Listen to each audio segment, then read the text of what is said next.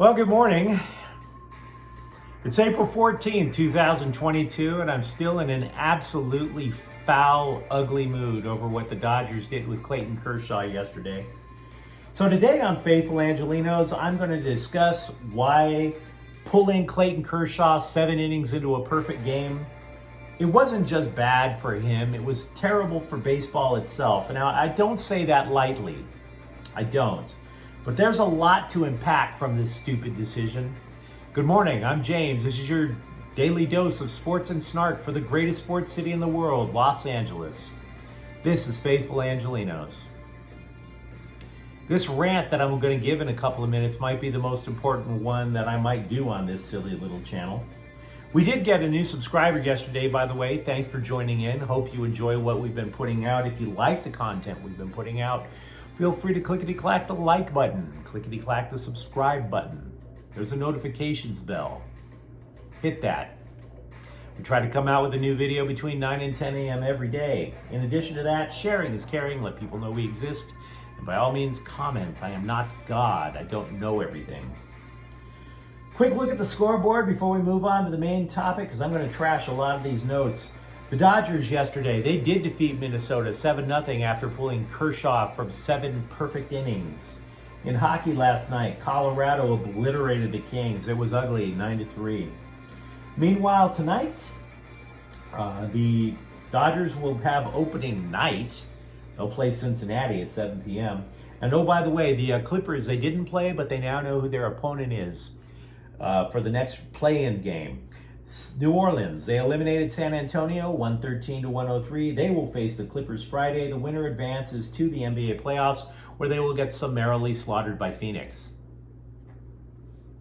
The only note I want to get to, I'm going to trash the rest, but I will tell you that Trevor Bauer, Dodgers pitcher, his administrative leave has been extended again. This time until April 22nd. He has not pitched since July over a sexual assault case that was never made it to court. It was thrown out.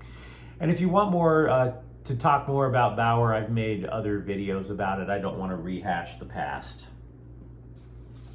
Because after all, what happened yesterday is a little bit more important to me.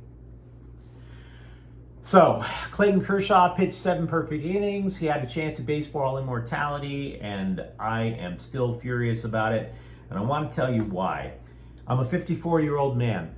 I've lived this unusual, diverse life, okay? I mean, I travel now for a completely different career, but for decades, I worked as a sports writer. I did cover Major League Baseball. I've seen thousands of baseball games. In addition to that, for many years, I was a comedian and trying to make it in LA, told lots of jokes, some of them good. I don't say that to impress you. I say it to impress upon you how important it is in life to appreciate that which is special, unique.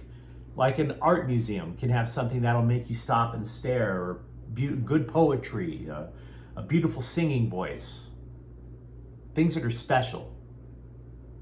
Nature, you'll stop for that sometimes. And a perfect game is something you'll stop for. Because I've seen too many airports. I've stood on a stage in too many darkened rooms with a fake brick wall and a microphone in front of me. And I've witnessed, like I said, thousands of games.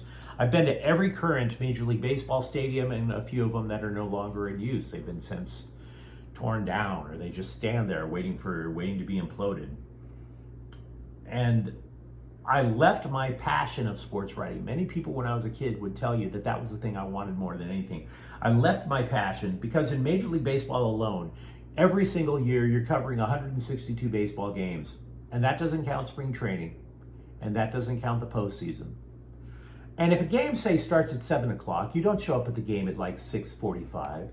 You show up at 3 p.m.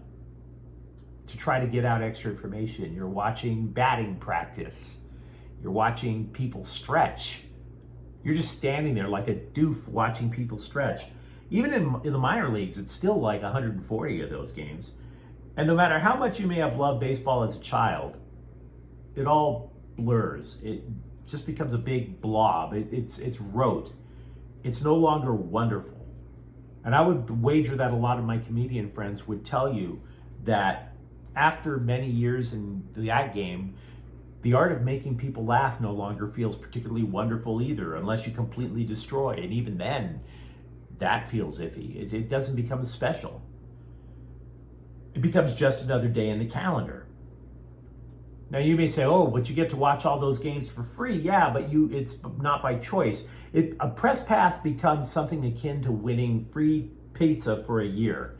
Now you may think, oh my God, I love pizza, but after a week you're begging for a salad. You've had too much pizza.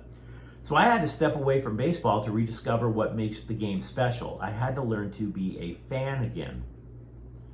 And I believe that there are many things that make sports special. The competition does help, and yes, I could say it teaches life lessons or their civic pride, but I think one of the main things that makes sports special is because that ticket is potential proof that you witnessed a lifelong memory. I took my kid to a Dodger game once. Sean Green hit 3 home runs. Guess who became my kid's favorite player? Guess what became the lifetime memory? The 3 home runs.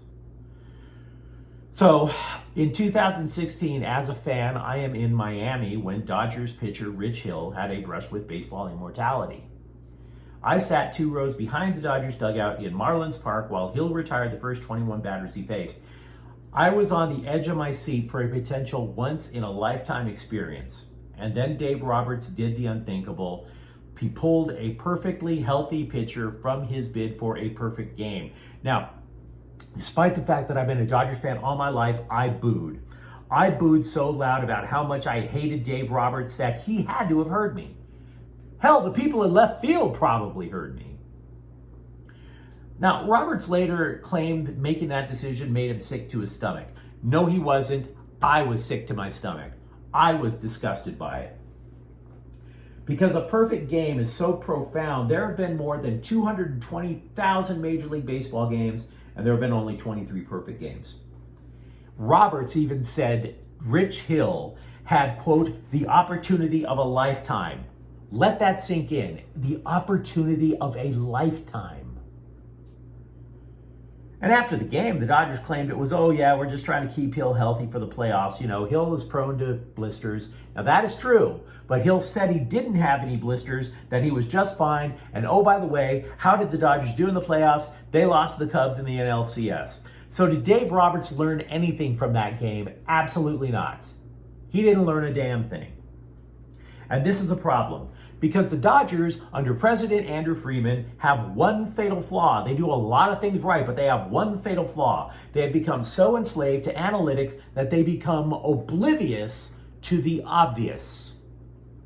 Oblivious to the obvious. Now, I am not against analytics. Analytics helped LA discover players that other teams ignored. Analytics discovered Justin Turner. Analytics discovered Kike Hernandez, Chris Taylor, Max Muncy. What analytics does is it takes players that other people perceive as average or below average and will refine what they do and put them in a position to succeed. So what is the difference? Clayton Kershaw was already succeeding. In any metric you could possibly come up with, Clayton Kershaw was already succeeding. Name a problem he could have had. His pitch count was low, so he wasn't tired. Right? If he got hurt, you can't assume your player is about to get hurt unless he says, hey, I feel pain. So you can't assume he's injured, but let's just say you say, okay, well, let's assume he will get hurt. It's still April. Kershaw would have plenty of time to recover, and even if he didn't, the Dodgers would still have plenty of time to try to solve the problem. When a statistical spreadsheet blinds you from what is obviously working on the field, you are no longer managing, you are micromanaging. You are taking something that already works and it's the equivalent of trying to find the problem in search of a solution. It's irrelevant. You don't do that. It's like trying to grill a supermodel with 20 questions after she agrees to go out with you. You don't do that. You don't question your fortune. You take yes for an answer. You say yes to the supermodel. You say yes to Clayton Kershaw getting his perfect game. See, and injuries, I'm not even sure how big of a deal that is, honestly, because last night, Vladimir Guerrero Jr. hit 3 home runs with a bleeding hand. His hand was bleeding. I'm not coming out of the game, he said. This is because he knew he was doing something extremely incredible at Yankee Stadium. He was making memories not just for himself, but for the people around him. And that's important. Now, there are sports writers such as Matt Snyder over at CBSSports.com who would argue that situation is complicated. No, it isn't. It is not. Those sports writers, I would argue, have lost the ability to appreciate that which makes things like life and sports special.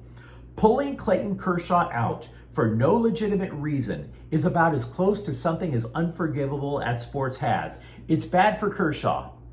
He tried to spin it, but it's bad for Kershaw because he's arguably one of the top 5 pitchers in Major League Baseball history. How does a perfect game enhance that resume? Because it damn sure does. It's bad for the Dodgers because it's only April, and the last time Dave Roberts pulled that stunt, as previously said, it didn't work. They lost to the Cubs in the playoffs. But even worse, it's bad for baseball. It's bad for baseball because despite what Commissioner Rob Manfred thinks, the shift does not ruin the game. Pitch clocks do not help the game. In order for any sport to survive, whether it's Major League Baseball or the WNBA or whatever, you need to make lasting memories, everlasting memories. Where would boxing be without the everlasting memory of Muhammad Ali standing over Sonny Liston? Where would the NBA be without Michael Jordan and his iconic Jumpman pose when he was, where would it be? Where would golf be today if not for the memory of Tiger Woods walking up the 18th at Augusta? Where would golf be? Does March Madness be? March Madness is popular, but before it was March Madness, what made March Madness iconic was Jimmy Valvano running up and down the court like a maniac looking for somebody to hug because of NC State's upset. Special memories is what makes sports special. Otherwise, it's just another day in the calendar. See, Kershaw tried to spin it after the game, claiming that a perfect game is a selfish goal. Quote, as much as I would have wanted to have it, I would have loved to have done it. Maybe we get another chance. No, you don't. Because it was selfish. But it wasn't selfish of you. It was selfish of Dave Roberts to deny us, the fans, that moment. Just like it is selfish to deny humanity the chance to appreciate art. It is selfish to deny us music. It is selfish to deny us the beauty of nature. Certain things are sublime. Now, Kershaw, again, he mused he would get another chance, possibly. Possibly I'll get another chance. No, that's not going to happen. Not under Dave Roberts. So now we had the chance at something special simply become just another game. It's not special for the fans in attendance. It's not special for you and I. ESPN didn't break into coverage to show it to us. Nope. It's just one game out of 162.